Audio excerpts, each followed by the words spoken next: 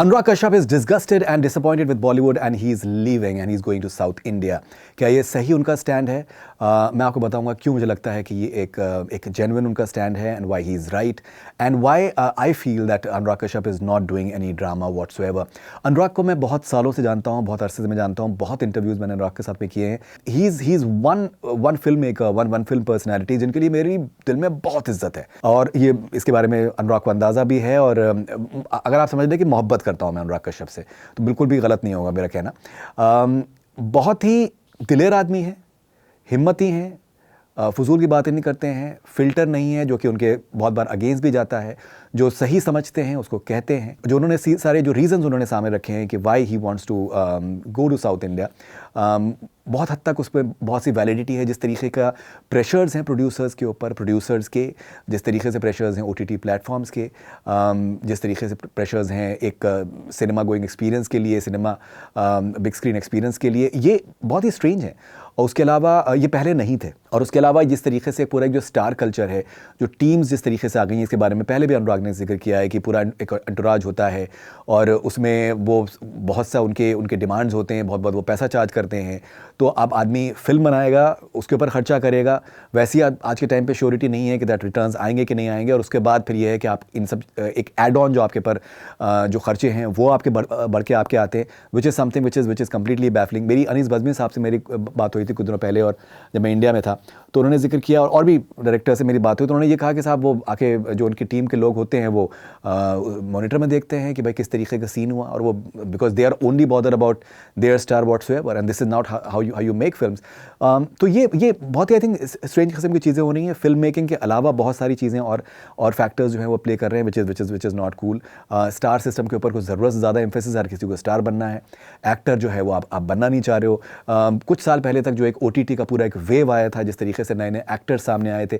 अभी आप पिछले कुछ सालों में अगर आप देखें तो OTT जो है वो भरा हुआ है सिर्फ स्टार्स के साथ में. जो बड़ी बड़ी फिल्में हैं उनको एक्वायर करने में करोड़ों रुपए खर्चा किया जा रहा है. तो जाहिर सी बात है जो कंटेंट जो आपको आज से 5-6 साल पहले, 4-5 साल पहले जो OTT पे आ रहा था, आज के टाइम पे वो कंटेंट उस लिहाज से नहीं आ पा रहा है. नए स्टार्स जो हैं वो उस लिहाज से वो नहीं बन पा रहे.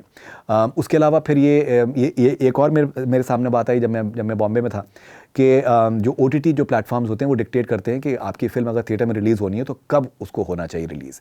बिकॉज वो एक बार जब रिलीज़ होगी तो उसके एक सर्टेन टाइम के बाद में वो OTT पे रिलीज़ हो सकती है ना. वो भी एक तरीके का आप पहले से आप डिक्टेट कर रहे हो कि अगर फिल्म बनी नहीं है प्रॉपर्ली, डायरेक्टर जो है चाहता है कि थोड़ा सा उस पर और काम किया जाए, पोस्ट प्रोडक्शन में काम किया जाए, हो सकता है वो टेस्ट स्क्रीनिंग करना चाहे, हो सकता है उसके बाद वो कुछ रीशूट करके चेंजेस करना चाहे तो शायद वो नहीं कर सकता है.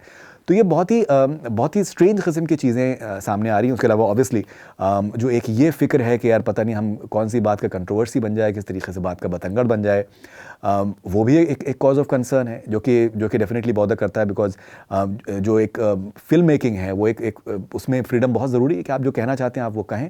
और अगर आपको डाउट्स होंगे and you constantly doing self censorship and screening आप अपने माइंड में आप कर रहे हैं तो आप फिर कंटेंट कैसे बनाएंगे, आप फिल्म आप किस तरीके से बनाएंगे.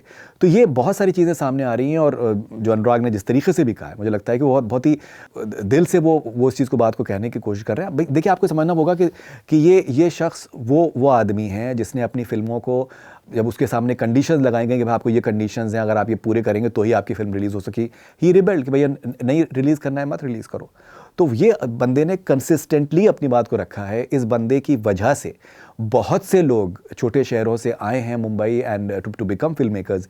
ही is an institution in his own right. बहुत लोग बहुत इज्जत करते हैं अनुराग कश्यप की और ये डेफिनेटली एक डिसहार्टनिंग फैक्टर बहुत से लोगों के लिए डेफिनेटली होगा. मैं आपके सामने एक और भी पहलू रखना चाहूँगा जो कि मैंने बॉम्बे में मैंने अभी एक्सपीरियंस किया. तो मैं एक स्टूडियो में मैं इंटरव्यूज़ कर रहा था और जो भी स्टार्स थे वो स्टूडियो में वहाँ पर आके, बिकॉज हमारे पास एक ही लोकेशन था and equipment and everything was there, so वहाँ पर आके वो इंटरव्यूज़ हमारे हो रहे थे. तो एक इन्फ्लुएंसर हैं, बहुत बड़ा नाम है, मैं नाम नहीं लूँगा उनका, और वो बहुत ज़्यादा पॉपुलर हैं. तो अब मुझसे कहा गया कि यार आप उनका भी आप करो एंड वो मज़ा आएगा, it will be fun. Because मेरे इंटरव्यूज़ जो हैं वो इंटरटेनिंग भी होते हैं. तो मैंने उनकी टीम को उनके अप्रोच किया. तो अब वो पहले तो इंटरेस्टेड थे, फिर उसके पहले मुझसे पूछा गया कि भाई कौन कौन से स्टार्स के आप और किस किस का आप इंटरव्यू कर रहे हैं. मुझसे पहले वो लिस्ट मांगी गई. मैंने चलिए ठीक है, मैंने कहा दैट इज़ ओके, अगर आप इस तरीके का एक कंडीशन है तो fine. Like I shared the names of a few of the stars that I was going to do the interview और मैंने ऑलरेडी कर चुके थे. तो ये उसके बाद उनके और भी उनकी कंडीशंस थी, फिर उसके बाद फाइनली उन्होंने कहा कि भाई ऐसा करिए कि आप उनके उनके घर पे आके आप, या फिर आप कहीं किसी स्टूडियो में कहीं और आके जो है आप उनका इंटरव्यू करिए, बिकॉज वो स्टूडियो वो शायद नहीं आ सकते। तो मेरा एक सेट, हम लोग का एक पैरामीटर्स थे और there was no possibility for me to move out. So मैंने उनसे माजरत कर ली, मैंने कहा कि भाई हम शायद नेक्स्ट टाइम जब मैं आऊँगा तो हम लोग तब हम प्लान करेंगे। And I did not, because कि अभी एक इन्फ्लुएंसर हैं जिन्होंने कोई फिल्म नहीं करी, कुछ नहीं किया, सिर्फ और सिर्फ पेपराजी कल्चर की वजह से वो एक नोन फेस बन गए हैं, वो पैसा कमा रहे हैं, and people are just because वो स्टार्स के साथ में देखे जाते हैं। तो वो एक तरीके का एक पेपराजी कल्चर जिस तरीके का क्रिएट हुआ है, उसके बाद फिर ये these people they have become stars in their own right and they have no standing, कुछ नहीं कर रहे हैं, ना कोई एक्टिंग आती है, ना कोई परफॉर्मेंसेज है, कुछ नहीं है। सो ये सारे एलिमेंट्स जो हैं ये डेफिनेटली ये एक कॉज ऑफ कंसर्न है। और अल्टीमेटली देखिए, अल्टीमेटली लोगों को कंटेंट देखना है, लोग अच्छा कंटेंट देखना चाहते हैं, कंज्यूम करना चाहते हैं, अच्छी फिल्में देखना चाहते हैं, अच्छी फिल्में ऐसी जो कि वाकई में आप इंजॉय कर सकें। वो बहुत हद तक मैंने बहुत से लोगों से मेरी बात होती है, चाहे वो कनाडा में हो, चाहे वो यूएस में हो, चाहे इंडिया में, दुबई में गया तो दुबई में मेरी बात हुई। बहुत से लोग इस वक्त जो हैं वो बॉलीवुड के कंटेंट से डिसअपॉइंटेड हैं कि that Bollywood is not making good content as of now. तो ये एक डेफिनेटली एक कॉज ऑफ कंसर्न है और इसके बारे में सोचना चाहिए बहुत ही एक्टिवली। एंड आई होप कि that Anurag reconsiders his decision, and I hope कि that people at large they just try to understand what he is trying to say. आपकी क्या ओपिनियन हमारे साथ जरूर शेयर करिए। Will be waiting for all your thoughts and comments. Faridun Shahriyar for connection है। Stay connected.